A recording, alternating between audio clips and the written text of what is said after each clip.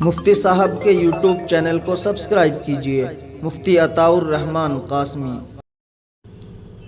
بسم اللہ الرحمن الرحیم، حامدا و مصلیا اما بعد۔ دارالافتاء جامعۃ الشیخ عبدالستار نانکا گندیوڑا ضلع سہارنپور سے آپ کے مسائل اور ان کا حل۔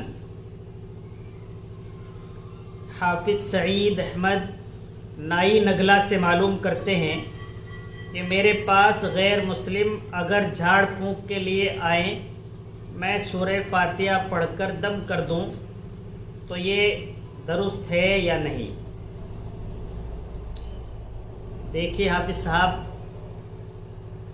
غیر مسلم بھائی پر قرآن کریم کی آیات پڑھ کر دم کرنا تو درست ہے، کوئی حرج کی بات نہیں ہے، لیکن قرآنی آیات لکھ کر کوئی تعویذ وغیرہ دینا یہ غیر مناسب ہے۔ اس میں قرآنی آیات کی بے ادبی ہونے کا خطرہ ہے۔ مفتی صاحب، دوسرا سوال ہے کہ اگر آستین کونیوں سے اوپر چڑھی ہوئی ہو تو نماز ہو جائے گی یا نہیں؟ نماز میں اگر آستین کونیوں سے اوپر چڑھی ہوئی ہو تو نماز مکروہ ہوتی ہے۔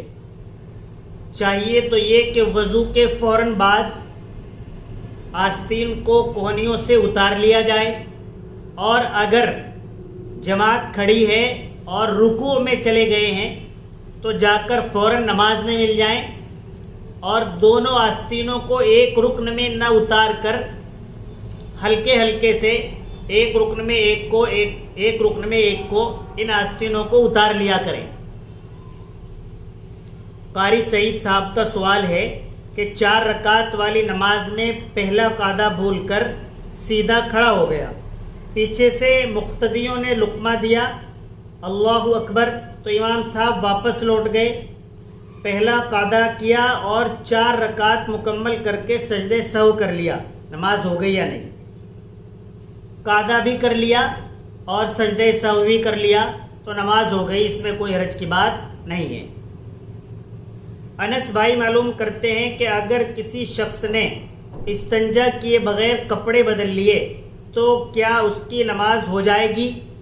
وضو کر کے کپڑے پہنے، غسل نہیں کیا۔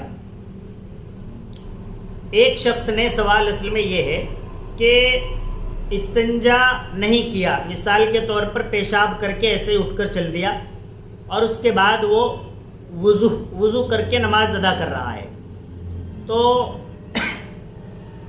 اس طریقے پر اس کی نماز نہیں ہوگی۔ اس کو چاہیے کہ وہ استنجا کرے، اس کے بعد وضو کرے اور نماز ادا کرے۔ غسل کرنا البتہ اس کے لیے لازمی اور ضروری نہیں ہے۔ محمد اشتیاق صاحب معلوم کرتے ہیں فرض کفایہ کیا ہے؟ فرض کفایہ وہ ہے کہ اگر ایک گاؤں یا علاقے سے 2-4 لوگ اس فرض کو ادا کر لیں تو تمام کے اوپر سے وہ فرض ساقط ہو جاتا ہے، اور اگر 2-4 لوگ بھی ادا نہ کریں تو پھر تمام لوگ گنہگار ہوتے ہیں۔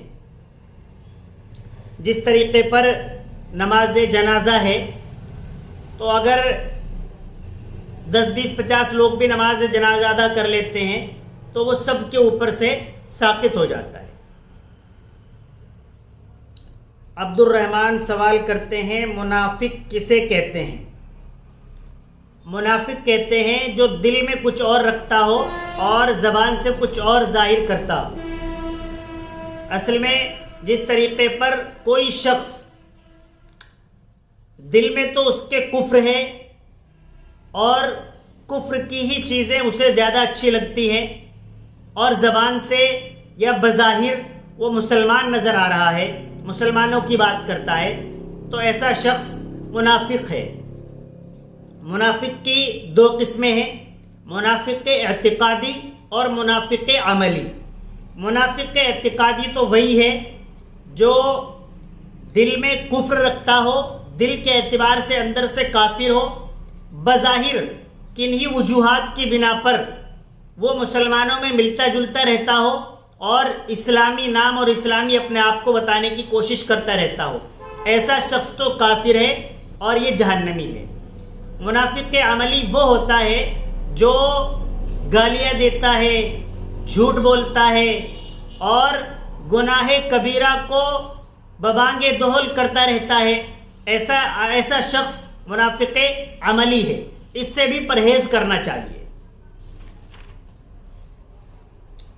मोहम्मद मोहसिन मालूम करते हैं कि मुसाफिर की शरई मिक़दार कितनी है। मुसाफिर की शरई मिक़दार 48 मील रखी है, जो अब किलोमीटर के एतबार से तकरीबन 77.5 किलोमीटर होता है। जो शख्स 77.5 किलोमीटर का इरादा रखता है, उससे ज़ायद सफ़र का इरादा रखता है और वो 15 दिन से कबल लौट आने का उसका इरादा है, तो वो शख्स मुसाफिर है। और अगर कोई शख्स इससे ज़ायद सफ़र कर रहा है लेकिन 15 यौम या इससे ज़्यादा का उसका इरादा है, तो फिर वो मुसाफिर नहीं माना जाएगा।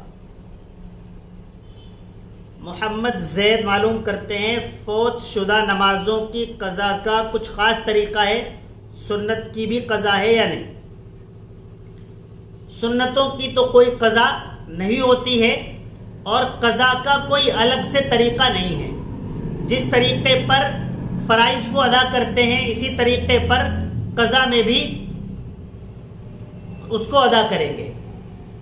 फजर में 2 फ़र्ज़, ज़ोहर में 4, असर में 4, मगरिब में 3, लेकिन याद रखें ईशा में 4 फ़र्ज़ और 3 वित्र, ये दोनों इनकी क़ज़ा लाजमी है। इस तरीक़े पर जैसे 5 वक्त होते हैं, तो ये इससे अगर वित्रों को मिलाकर ये 6 वक्त होते हैं। ये इनकी क़ज़ा लाजमी और ज़रूरी है। एक बात याद रखने की ये है, लोग मालूम भी करते रहते हैं कि जो आदमी सफ़र में था वहाँ पर उसकी नमाज छूट गई है, अब वो घर पर है तो वो उस छूटी हुई नमाज को पूरी अदा करेगा, या जो वो कसर थी, कम थी नमाज, वही अदा करेगा। जी हाँ, जब आप सफ़र में थे और आपने वहाँ पर मिसाल के तौर पर ज़ोहर या असर की नमाज तर्क कर दी, छूट गई या छोड़ दी, अब आप उसकी क़ज़ा सफ़र के एतबार से 2-2 रकात ही अदा करेंगे। भाई मोहम्मद आबिद मालूम करते हैं कि अगर फजर की अजान में अस्सलातु खैरुम मिनन नौम छूट जाए, अजान हो जाएगी या नहीं? अगर अस्सलातु खैरुम मिनन नौम छूट जाए और अजान के मान बाद याद आ जाए, तो अस्सलातु खैरुम मिनन नौम और उसके बाद उसको दोहरा लें, मुकम्मल कर लें। और अगर अजान का वक्त निकल गया है तो उसमें कोई हरज की बात नहीं है। एक शख्स मालूम करते हैं, तिजारत में कितना नफ़ा लेना जायज़ है?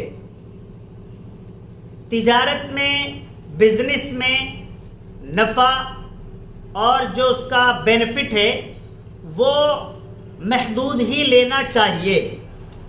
जायज़ नाजायज़ का मसला तो ये है कि आपका माल है, आप उसे कितने में भी फ़रोख्त कर सकते हैं, लेकिन सही बात यही है कि जो मार्केट रेट चल रहा है उसी एतबार से आप अपने माल को फ़रोख्त किया करें। किसी सामने वाले की ज़रूरत का नाजायज़ फ़ायदा उठाना ये बिल्कुल अखलाकी एतबार से, समाजी एतबार से बिल्कुल गलत है। जितना नफ़ा सही लेना चाहिए उतना ही नफ़ा बिजनेसमैन को ख़रीदार से वसूल करना चाहिए, यही सही तरीक़ा है। बहुत शुक्रिया। आप हजरात भी अपना सवाल हमारे व्हाट्सएप नंबर पर भेज सकते हैं। बहुत जल्द इंशाअल्लाह ताला आपके सवाल का जवाब दे दिया जाएगा।